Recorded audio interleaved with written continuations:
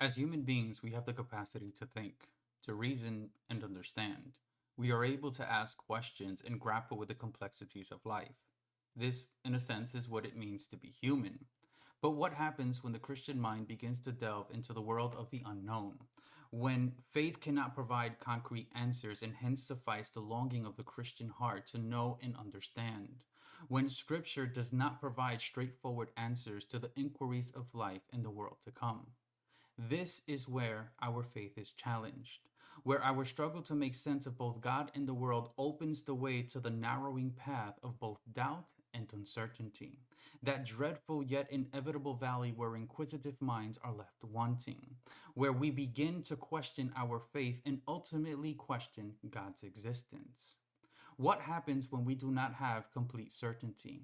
What happens when you find yourself in an existential crisis and God is nowhere to be found? On what and or who have you built your foundation on?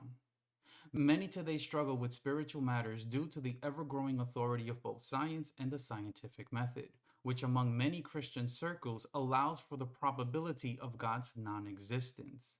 This, accordingly, is deemed intellectual humility. Why?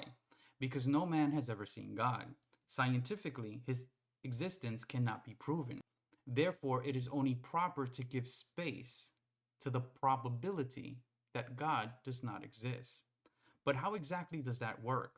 How can I trust or even commit myself to a being I am not even sure exists? Because to do so means that I am committing myself to a philosophy whose God I hope to be true, to a philosophy whose God I hope one day to be real. How does that work and is that even sustainable? I don't know. But there is a problem when we as Christians allow science to become the framework from which we interpret and or understand spiritual realities. Spiritual things are spiritually discerned, and science deals not with spiritual matters. It cannot prove or account for that which is outside our physical realm, and even there it has its limitations, because science cannot answer all of our questions. Beloved, the Christian faith is not a philosophical construct. It cannot be viewed through the lens of Pascal's wager. It cannot be a mere choice in which one hopes he or she got it right. Such an understanding is contrary to Scripture, because God is not a hope, but rather a reality. How this reality is manifested is not a question for science to answer. Who God is and if he is real is a question God himself must answer. Therefore, if you find yourself in a state of doubt, if you find yourself questioning your faith, remember God's promise to his people. You shall seek me and find me when you search for me with all your hearts. Beloved, God can be found.